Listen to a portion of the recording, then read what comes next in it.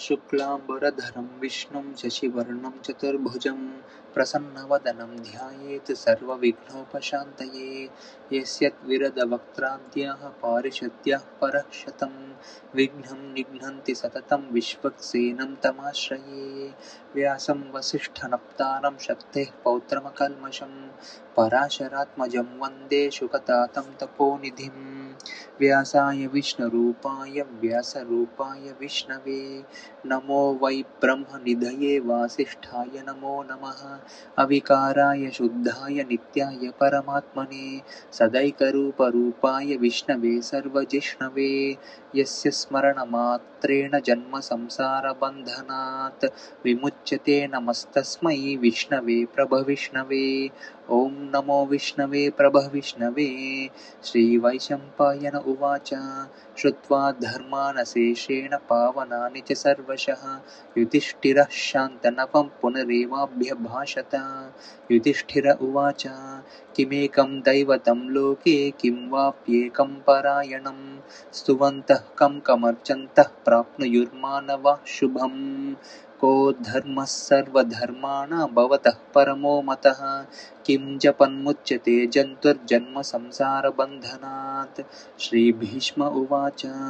जगत्प्रभुं देवदेवमनन्तं पुरुषोत्तमं स्तुवन्नाम सहस्रेण पुरुषः सततोत्थितः तमेव चार्चयन् नित्यं भक्त्या पुरुषमव्ययं ध्यायन् स्तुवन् नमस्यंश्च यजमानस्तमेव च। अनादिनिधनं विष्णुं सर्वलोकमहेश्वरं लोकाध्यक्षं स्तुवन् नित्यं सर्वदुःखादिको भवेत्।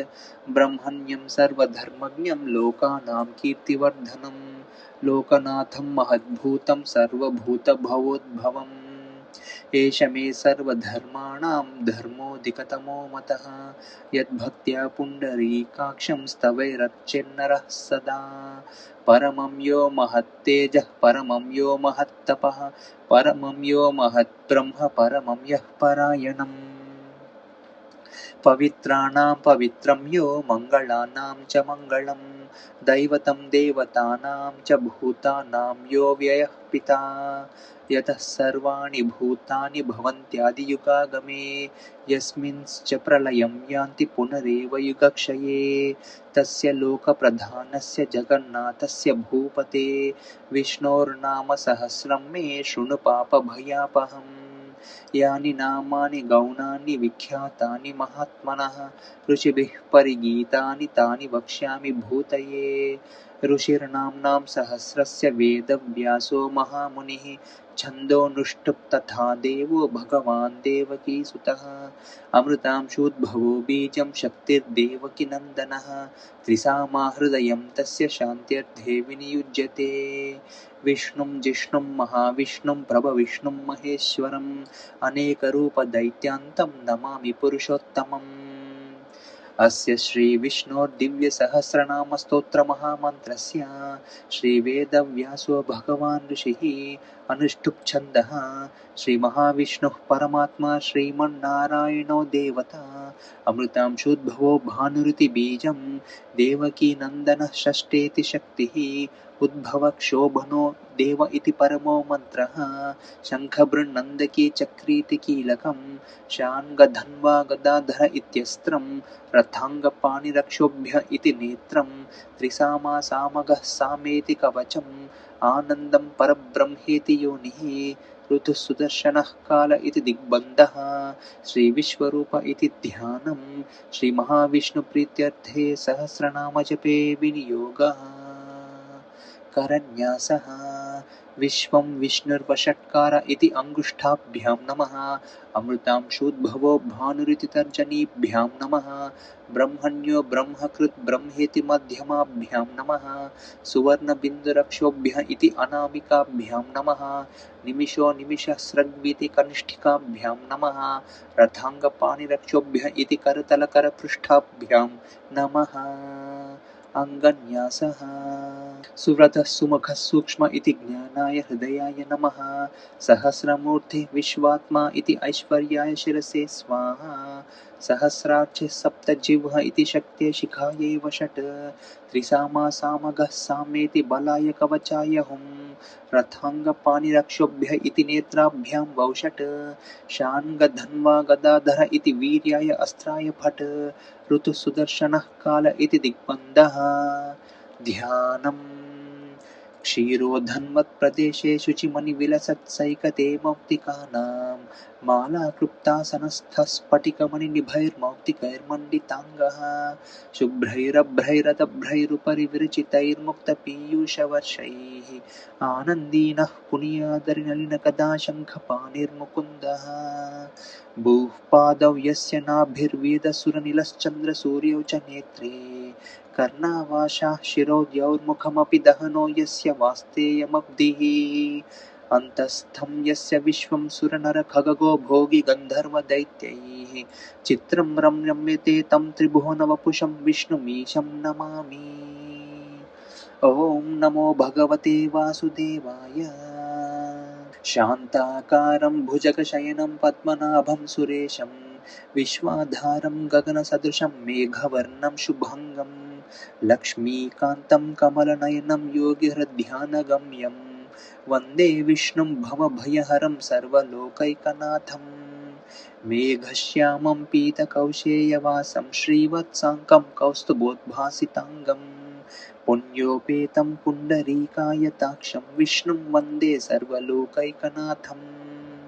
नमः समस्तभूतानाम् आदिभूताय भूभृते अनेकरूपरूपाय विष्णवे प्रभविष्णवे शशङ्खचक्रं सकिरीटकुण्डलं सपीतवस्त्रं सरसीरुहेक्षणं सहारवक्षस्थलशोभिकौस्तुभं नमामि विष्णुं शिरसा चतुर्भुजम् छायायां पारिजातस्य हेमसिंहासनोपरि आसीनमम्बुदश्याममायताक्षमलङ्कृतं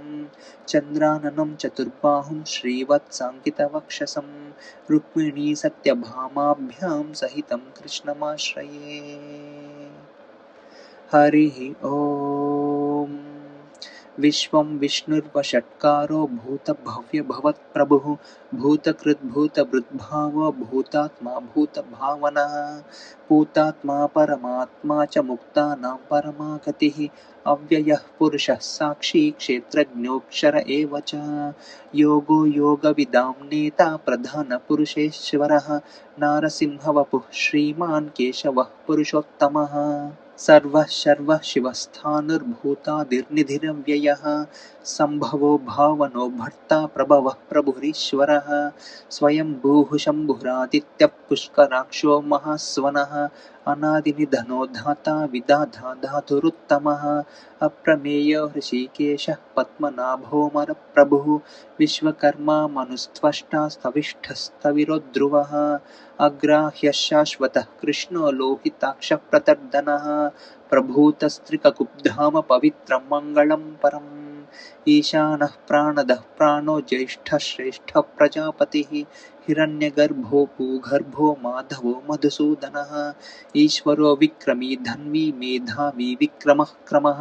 अनुत्तमो धुराधर्षः कृतघ्नः कृतिरात्मवान् सुरेशः शरणं शर्म विश्वरेतः प्रजाभवः अहः संवत्सरो व्याळः प्रत्ययः सर्वदर्शनः अजः सर्वेश्वरः सिद्धः सिद्धिः सर्वादिरच्युतः वृषाकपिरमेयात्मा सर्वयोगविनिःसृतः वसुर्वसुमनः सत्यः समात्मा संमितः समः अमोघः पुण्डरीकाक्षो वृषकर्मा वृषाकृतिः रुद्रो बहुशिरा बभ्रुर्विश्वयोनिः शुचिश्रवाः अमृतः शाश्वतस्थाणुर्वरारोहो महातपाः सर्वगः सर्वविद्भानुर्विश्वक्सेनो जनार्दनः वेदो वेदविदव्यङ्गो वेदाङ्गो वेदवित्कविः लोकाध्यक्षः सुराध्यक्षो धर्माध्यक्षकृताकृतः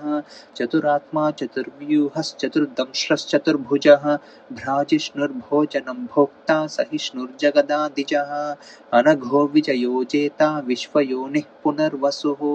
उपेन्द्रो वामनः प्रांशुरमोघः शुचिरूर्जितः अतीन्द्रः सङ्ग्रहः सर्गो धृतात्मा नियमो यमः वेद्यो वैद्यः सदा योगी वीरः माधवो मधुः अतीन्द्रियो महामायो महोत्साहो महाबलः महाबुद्धिर्महावीर्यो महाशक्तिर्महाद्युतिः अनिर्देश्यवपुः श्रीमान् अमेयात्मा महादृधृक् महेश्वासो महीभर्ता श्रीनिवासः सताङ्गतिः अनिरुद्धः सुरानन्दो गोविन्दो गोविदाम्पतिः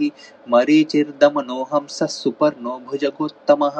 हिरण्यनाभः सुतपः पद्मनाभः प्रजापतिः अमृत्युः सर्वदृक्सिंहः संधाता संधिमान् स्थिरः अजो दुर्मर्षणः शास्ता विश्रुतात्मा सुरारिः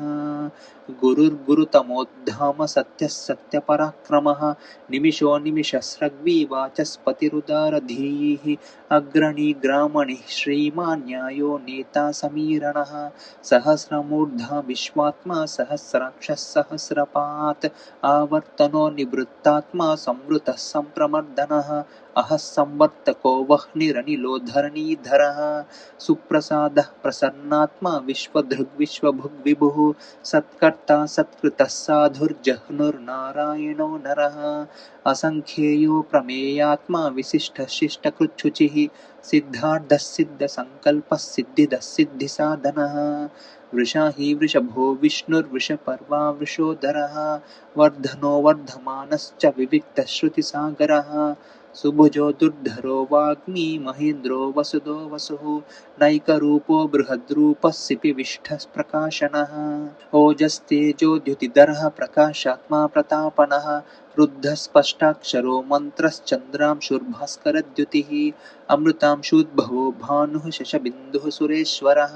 औषधं जगतः सेतुः सत्यधर्मपराक्रमः भूतभव्यभवन्नाथः पवनः पावनो नलः कामः कामकृत्कान्तः कामः कामप्रदः प्रभुः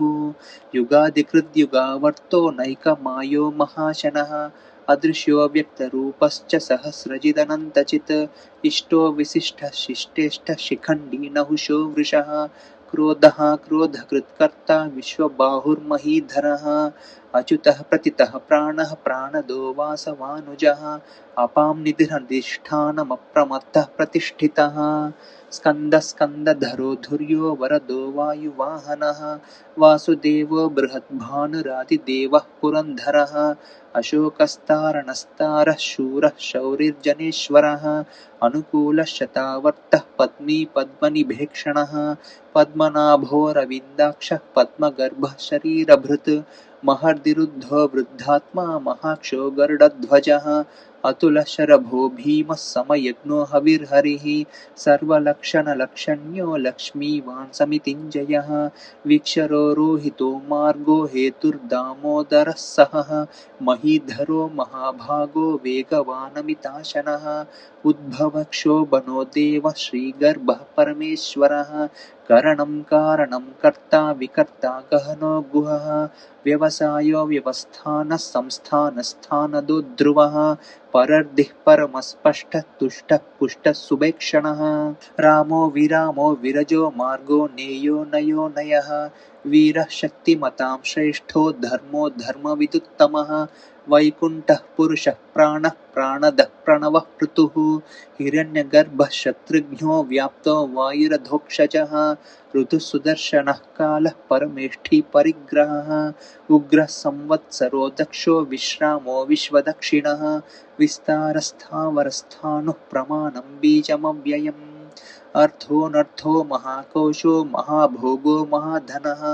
अनिर्विण्णस्तविष्ठो भूधर्मयूपो महामखः नक्षत्रनेमिर्नक्षत्री क्षमः क्षामः समीहनः यज्ञ इज्यो महेज्यश्च क्रतुः सत्रं सताङ्गतिः सर्वदर्शी विमुक्तात्मा सर्वज्ञो ज्ञानमुत्तमम् सुव्रतः सुमुखः सूक्ष्मः सुघोषः सुखदः सुहृत् मनोहरो जितक्रोधो वीरबाहुर्विदारणः स्वापनः स्ववशो व्यापी नैकात्मा नैककर्मकृत् वत्सरो वत्सलो वत्सी रत्नगर्भो धनेश्वरः धर्मगुप्धर्मकृद्धर्मी सदसच्चरमक्षरम् अविज्ञाता सहस्रांशुर्विधाता कृतलक्षणः गभस्तिनेमि सत्त्वस्तः सिंहो भूतमहेश्वरः आदिदेवो महादेवो देवेशो देवभृद्गुरुः उत्तरो गोपतिर्गोप्ता ज्ञानगम्यः पुरातनः शरीरभूतभोक्ता कपीन्द्रो भूरि दक्षिणः सोमपोऽमृतपः सोमः पुरुजित्पुरुषत्तमः विनयो जयः सत्यसन्धो दाशार्हः सात्वतां पतिः जीवो विनयिता साक्षी मुकुन्दो मितविक्रमः अम्भोनिधिरनन्तात्मा महोदधिशयोऽन्तकः अजो महार्हस्वाभाव्यो जिता मित्रः प्रमोदनः आनन्दो नन्दनो नन्दः सत्यधर्मा त्रिविक्रमः महर्षिः कपिलाचार्यः कृतघ्नो मेदिनीपतिः त्रिपदस्त्रिदशाध्यक्षो महाशृङ्गः कृतान्तकृत् महावराहो गोविन्दः सुषेणः कनकाङ्गदी गुह्यो गभीरो गहनो गुप्तश्चक्रगदाधरः वेधास्वाङ्गोचितः कृष्णो दृढः सङ्कर्षणोच्युतः वरुणो वारुणो वृक्षः पुष्कराक्षो महामनाः भगवान् भगहानन्दी वनमाली हलायुधः आदित्यो ज्योतिरादित्यः सहिष्णुर्गतिसत्तमः सुधन्वा खण्डपरशुर्दारुणो द्रविणप्रदः दिवस्पृक् सर्वदृग्व्यासो वाचस्पतिरयो निजः त्रिसामा सामगः साम निर्वाणं भेषजं भिषक् सन्न्यासकृच्चमः शान्तो निष्ठा शान्तिः परायणम् शुभाङ्गः शान्तिदस्रष्टा कुमुदः कुवलेशयः गोहितो गोपतिर्गोप्ता वृषभाक्षो वृषप्रियः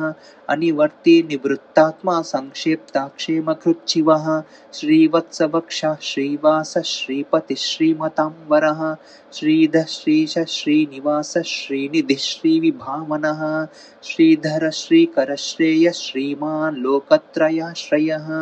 स्वक्षस्वङ्गशतानन्दो नन्दिर्ज्योतिर्गणेश्वरः विजितात्मा विधेयात्मा सत्कीर्तिश्चिन्न संशयः उदीर्णः सर्वतश्चक्षुरनीशः शाश्वतस्थिरः भूषयो भूषणो भूतिर्विशोकशोकनाशनः अर्चिष्मानर्चितः कुम्भो विशुद्धात्मा विशोधनः अनिरुद्धो प्रतिरतः प्रद्युम्नो मितविक्रमः कालनेमिनिहावीरः शौरिः शूरजनेश्वरः त्रिलोकात्मा त्रिलोकेशः केशवः केशिहा हरिः कामदेवः कामपालः कामीकान्तः कृतागमः अनिर्देशवपुर्विष्णुर्वीरोऽनन्तो धनञ्जयः ब्रह्मण्यो ब्रह्मकृद्ब्रह्मा ब्रह्म ब्रह्मविवर्धनः ब्रह्मविद्ब्राह्मणो ब्रह्मी ब्रह्मज्ञो ब्राह्मणः प्रियः महाक्रमो महाकर्मा महातेजा महोरगः महाक्रतुर्महायज्वा महायज्ञो महाहविः स्तव्यस्तवः प्रियस्तोत्रं स्तुतिस्तोतारणप्रियः पूर्णः पूरयिता पुण्यः पुण्यकीर्तिरनामयः मनोजवस्थितकरो वसुरेता वसुप्रदः वसुप्रदो वासुदेवो वसुर्वसुमना हविः सद्गतिः सत्कृतिः सत्ता सद्भूतिः सत्परायणः शूरसेनो यदुश्रेष्ठः सन्निवासः सुयामुनः भूतावासो वासुदेवः सर्वासुनिलयो नलः दर्पः दर्पदो दृप्तो दुर्धरोत्थापराजितः विश्वमूर्तिर्महामूर्तिर्दीप्तमूर्तिरमूर्तिमान् अनेकमूर्तिरव्यक्तः शतमूर्तिः शताननः एको नैकः सवः कः किं यत्तत्पदमनुत्तमम् लोकबन्धुर्लोकनाथो माधवो भक्तवत्सलः सुवर्णवर्णो हेमाङ्गो वराङ्गश्चन्दनाङ्गदी वीरः विषमः शून्यो घृताशीरचलश्चलः अमानी मानदो मान्यो लोकस्वामी त्रिलोकधृक् सुमेधा मेधयो धन्यः सत्यमेधाधराधरः तेजो वृषोद्युतिधरः सर्वशस्त्रभृतां वरः प्रग्रहो निग्रहो व्यग्रो नैकशृङ्गो गदाग्रजः चतुर्मूर्तिश्चतुर्बाहुश्चतुर्व्यूहश्चतुर्गतिः चतुरात्मा चतुर्भावश्चतुर्वेदविदेकपात् समावर्तो निवृत्तात्मा दुर्जयो दुरतिक्रमः दुर्लभो दुर्गमो दुर्गो दुरावासो दुरारिः शुभाङ्गो लोकसारङ्गः सुतन्तुस्तन्तुवर्धनः इन्द्रकर्मा महाकर्मा कृतकर्मा कृतागमः उद्भवः सुन्दरः सुन्दो रत्ननाभः सुलोचनः अर्को वाजसनः शृङ्गी जयन्तः सर्वविजयी सुवर्णबिन्दुरक्षोभ्यः सर्ववागीश्वरेश्वरः महाहृदो महागर्तो महाभूतो महानिधिः कुमुदः कुन्दरः कुन्दः पर्जन्यः पावनोऽनिलः अमृताशो मृतवपुः सर्वज्ञः सर्वतोमुखः सुलभः सुव्रतः सिद्धः शत्रुजिच्छत्रुतापनः न्यग्रोधोदुम्बरोऽश्वत्थः चाणूरान्ध्रनिषूदनः सहस्रार्चिः सप्तजिह्वः सप्तैदा सप्तवाहनः अमूर्तिरनघोचिन्त्यो भयकृद्भयनाशनः अनुर्बृहत्कृशस्थूलो गुणबृहन्निर्गुणो महान् अधृतस्वधृतस्वास्य प्राग्वंशो वंशवर्धनः भारभृत्कथितो योगी योगीशः सर्वकामदः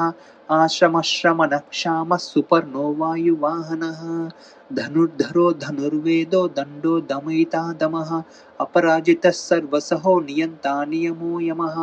सत्त्ववान् सात्विकः सत्यः सत्यधर्मपरायणः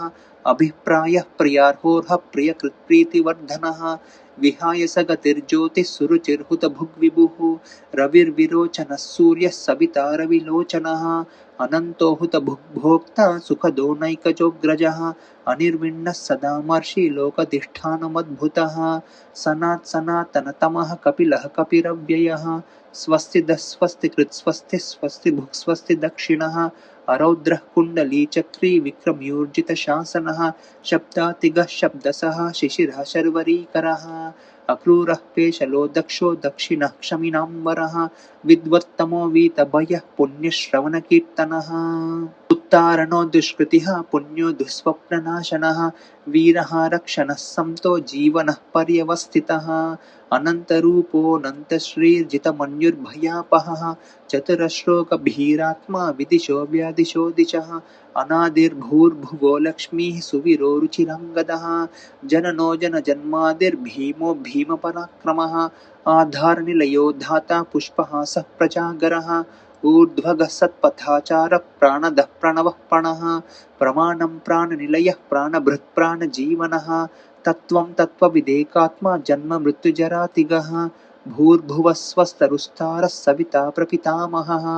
यज्ञो यज्ञपतिर्यज्वा यज्ञाङ्गो यज्ञवाहनः यज्ञभृद्यज्ञकृद्यज्ञी यज्ञभुग्यज्ञसाधनः यज्ञान्तकृद्यज्ञगुह्यमन्नमन्नाद एव च आत्मयोनिः स्वयं जातो वैकानः सामगायनः देवकीनन्दनः स्रष्टा क्षितीशः पापनाशनः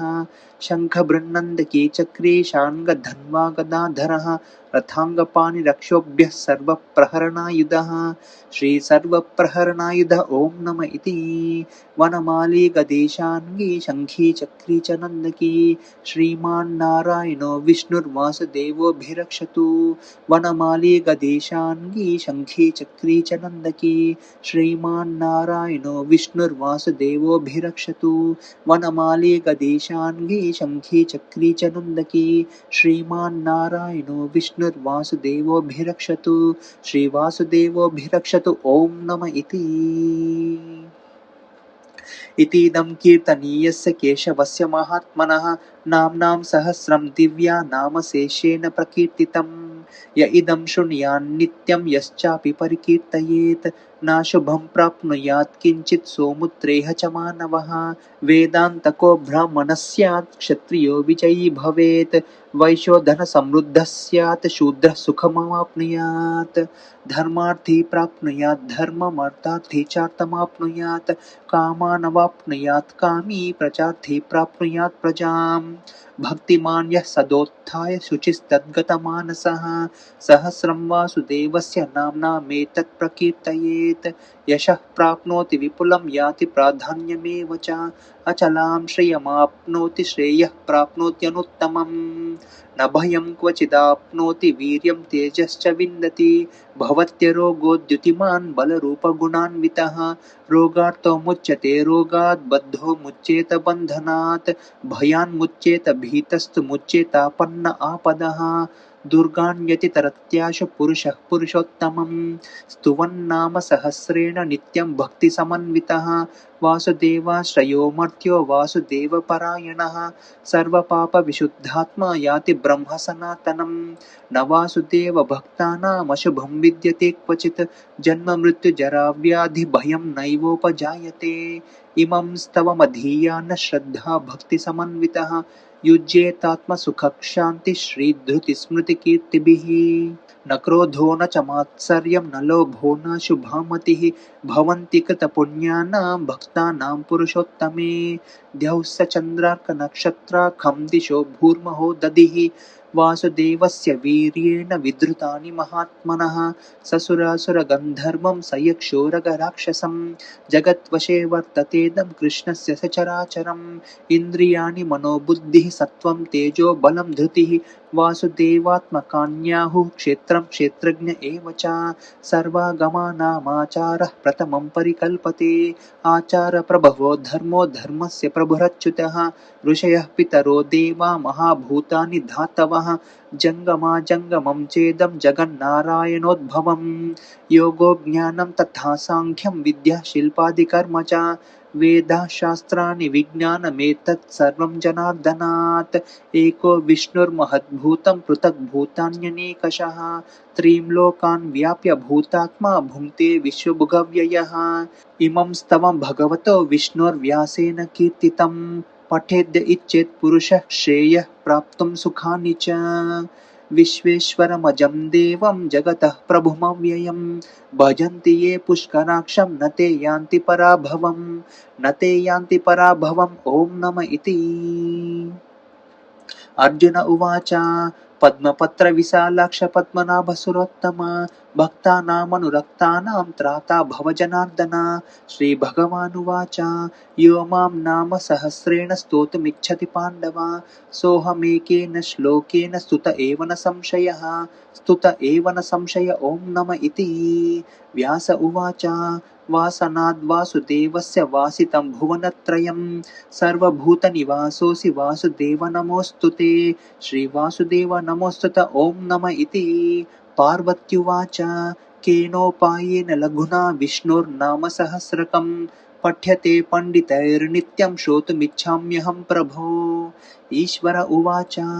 श्रीराम राम रामेति रमे रामे मनोरमे सहस्रनाम तत्तुल्यं राम नाम वरानने। श्रीराम राम रामेति रमे रामे मनोरमे सहस्रनाम तत्तुल्यं राम नाम वरानने। श्रीराम राम रामेति रमे रामे मनोरमे सहस्रनाम तत्तुल्यं राम नाम वरानने। श्रीराम नाम वरानन ॐ नम इति। ब्रह्मोवाच नमोऽस्त्वनन्ताय सहस्रमूर्तये सहस्रपादाक्ष शिरोर्बाहवे सहस्रनाम्ने पुरुषाय शाश्वते सहस्रकोटियुगधारिणे नमः। श्रीसहस्रकोटियुगधारिणे नम ॐ नम इति। संजय उवाच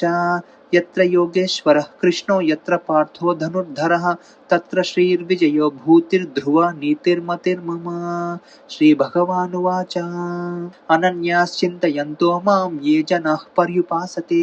तेषां नित्याभियुक्तानां योगक्षेमं वहाम्यहम्। परित्राणाय साधूनां विनाशाय च दुष्कृतां धर्मसंस्थापनार्थाय सम्भवामि युगे युगे। आर्ताः विषण्णाः शिथिलाश्च भीताः घोरेषु च व्याधिषु वर्तमानाः संकीर्त्य नारायणशब्दमात्रं विमुक्तदुःखाः सुखिनो भवन्ति। कायेन वाचा मनसेन्द्रियैर्वा बुद्ध्यात्मना वा प्रकृतेः स्वभावात् करोमि यद्यत् सकलं परस्मै नारायणायेति समर्पयामि। यदक्षरपरभ्रष्टं मात्राहीनं तु यद्भवेत् तत्सर्वं क्षम्यतां देव नारायण नमोऽस्तु ते। विसर्गबिन्दुमात्राणि पदपादाक्षराणि च न्यूनानि चातिरिक्तानि क्षमस्व पुरुषोत्तमः। इति श्रीमहाभारते शतसाहस्रिकायां संहितायां वैयासिकयानानुशासन पर्वान्तर्गत आनुशासनिकपर्वणि मोक्षधर्मे भीष्मयुधिष्ठिरसंवादे श्रीविष्णोर्दिव्यसहस्रनामस्तोत्रं नामैकोनपञ्चशताधिकशततमोऽध्यायः।